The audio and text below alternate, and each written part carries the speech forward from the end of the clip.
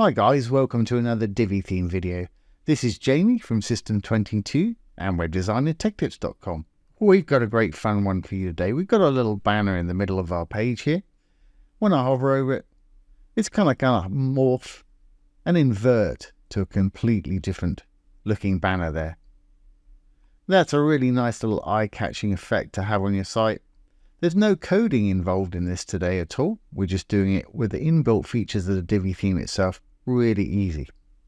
So let's get started. I'm going to enable the visual builder.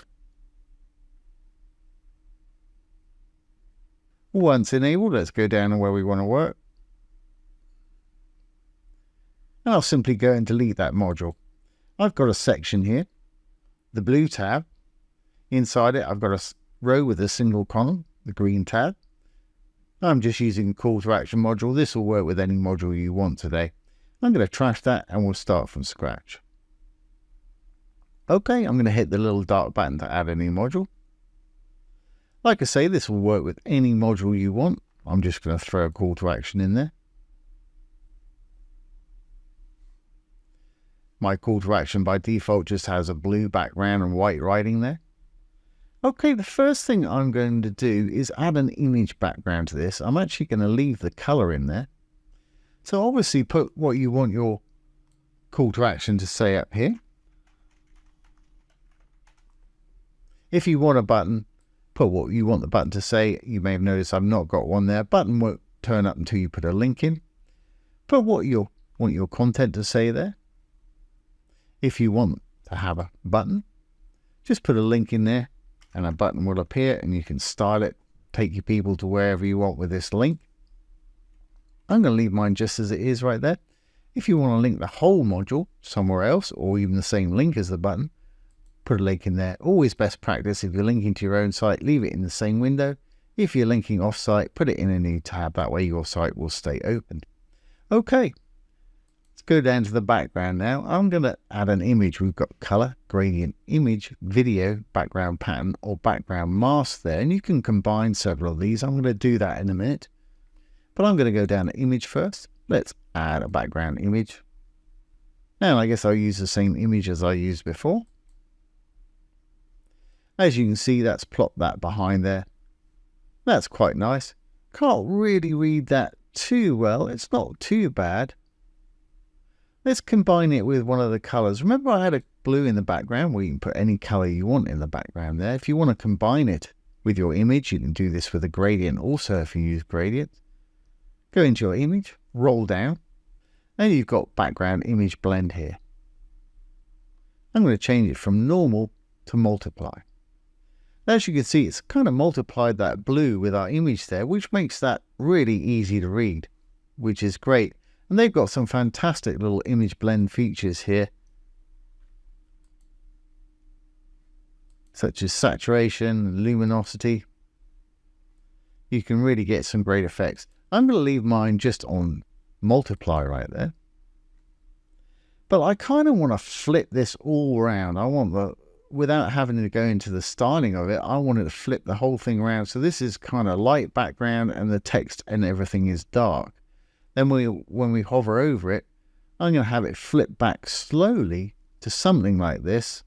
I may take the opacity down a little bit on that color, just to show you what I'm talking about. If you want more of the image and less of the blue, go to your color, click on the image background there, little variegated slider there, opacity. We can drag that down. The more we drag it down, the more of the original image is going to appear in there. So I'll leave it as the full blue for the moment. But like I say, let's flip everything around. To do that, we can go over to our design tab. We can roll down to filters. And they've got an amazing array of filters to use, and we've done many videos on these before. The one I'm looking at today is invert. Now come on to all Divi modules. If you roll over the dark writing within a module, you're going to see these little icons appear. Go to the thing you want to affect, in my case the invert right here, roll over it, get the icons up. There's an arrow there. We can create a desktop and a hover, and we can have different settings for each of these. So on desktop, let's flip it around the other way. Let's take the invert all the way up to 100%. As I'm doing it, you should see that image sort of change and the colors should completely flip the other way. So we end up with something like that, which to me looks really effective. Now, of course, you can play with other filters like your saturation, bring it up even more if you want to. Put that back to how it was. Hue is another one which will change everything dramatically, especially when it's in full color there. If I take my invert down to 0 there, and we just change the hue on this, you can see it go through the color ranges there. But like I say, let's delete that. I'm just going to use my invert today on a desktop state. I'm going to take that all the way up to 100%. Then when we hover over it, click on the little arrow, we can put a completely different value in. And for that, I'm going to take it all the way down to 0. And if you want to use any of these other filters and do the same thing when you hover over it, you can mix and match and do what you want. Make sure you click on the thing that you want to affect and hit the arrow on it to change it. Great. So I think that's going to work fine. Let's flip it back to desktop. So we've got that.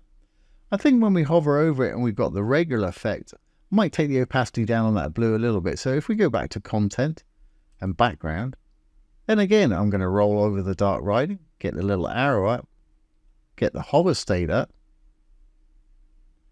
And on my blue color, I might take the opacity all the way down so we've got the real image again. Something like that, but it's entirely up to you. Now the time it takes to go from desktop to hover by default is 300 milliseconds with Divi. We can slow this right down to get some interesting effects by going over to advanced, down to transitions, transition duration. There's your default 300 milliseconds. I'm going to make mine 3 seconds, I think. 3000 milliseconds. Obviously this is all up to you. Transition delay, I don't want any delay. I want it to happen as soon as they put their mouse on top of it. Speed curve I tend to use for my hover effects is ease in, ease out. Great, so if you've done everything correctly, this should work for us. Save the changes here. We'll go down, save the page changes. Little green button. And exit the visual builder. Now we can roll on down. There's our little module, sort of inverted there. When I hover over, it's going to take 3 seconds to fade into that proper image with the light writing on there. Like I say, that's a really interesting little effect to have on your site. Really easy to do. No coding involved at all in this today. Hover effects are great. They work best on desktop sites. They will work on a tablet and phone. But of course, they'll have to tap on it. But like I say, if people are mousing around your site and things like that happen, it's going to get their attentions pretty quickly. So I hope you've enjoyed this today and found it useful. If you have, please give it a thumbs up, ring the bell, comment, share, and subscribe to our YouTube channel. Once again, this has been Jamie from System22 and webdesignandtechtips.com. Thanks for watching. Have a great day.